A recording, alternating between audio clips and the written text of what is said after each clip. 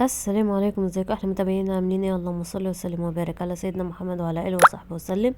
يلا نعمل النهارده بقى السجق في البيت. ده سجق انا شارياه من بتاع المجمدات او الجزار، ايا كان. ده نص كيلو.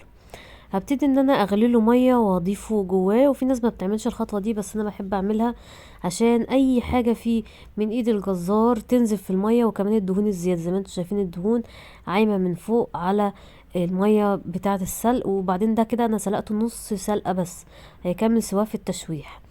حطيته كده في مصفى يصفي الميه بتاعته، بتاعه السليق. ومش عارفه التصوير ايه اللي حصل له هنا فمعلش بقى. هبتدي ان انا بمقص، انا بحب اشتغل بالمقص جامد قوي يعني في المطبخ، بستسهله عن السكينه. وهبتدي ان انا اقصه كده بالمقص، يعني كل صباع قسمته على 2 او 3 زي ما انتم شايفين. هو ماسك نفسه لما استلق نص سلقه، مسك نفسه.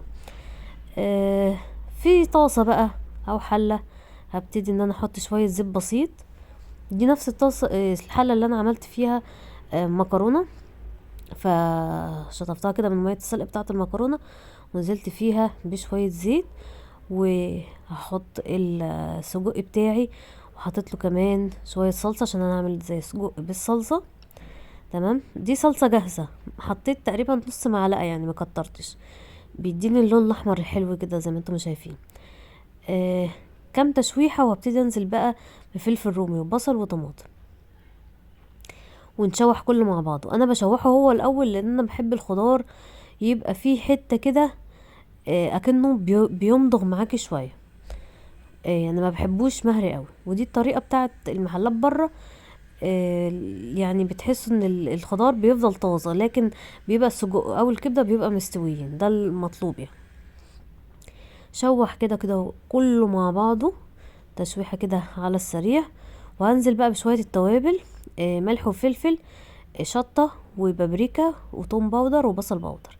طبعا هو بيبقى فيه توابله، بس انا قلت اضيف التوابل ايه بتاعتي انا. هكمل بقى تشويح. انا طبعا بكمل له السوا بتاعه، لكن هو اوريدي استوى في الميه بتاعه السلق اللي انا حطيتها في الاول. حطيت كمان زي ما انتم شايفين رشه سكر، كنت حطها على كف ايدي كده عشان انا حاطه طماطم وحاطه صلصه عشان ما يعملش حموضه. وكمان ممكن تضيفي شويه خل. الخل كمان هيديله ريحه بتاعت بره بالظبط، السجق بتاع بره بالظبط. طبعا انا عملت لكم قبل كده الفيديو اللي فات كان الكبده وادي السجق. مش هناكل حاجه من بره ابدا. وده المنظر النهائي بتاعه، شكله شهي جدا. يتعمل بقى جنب يعني جنب، ممكن جنب رز، ممكن جنب مكرونه، ممكن سندوتشات كده. انا عملت جنبه شويه مكرونه. يا رب الطريقه تكون عجبكم، واشوفكم ان شاء الله في فيديو جديد. متنسوش تدعموني باللايك والشير والسبسكرايب. سلام عليكم.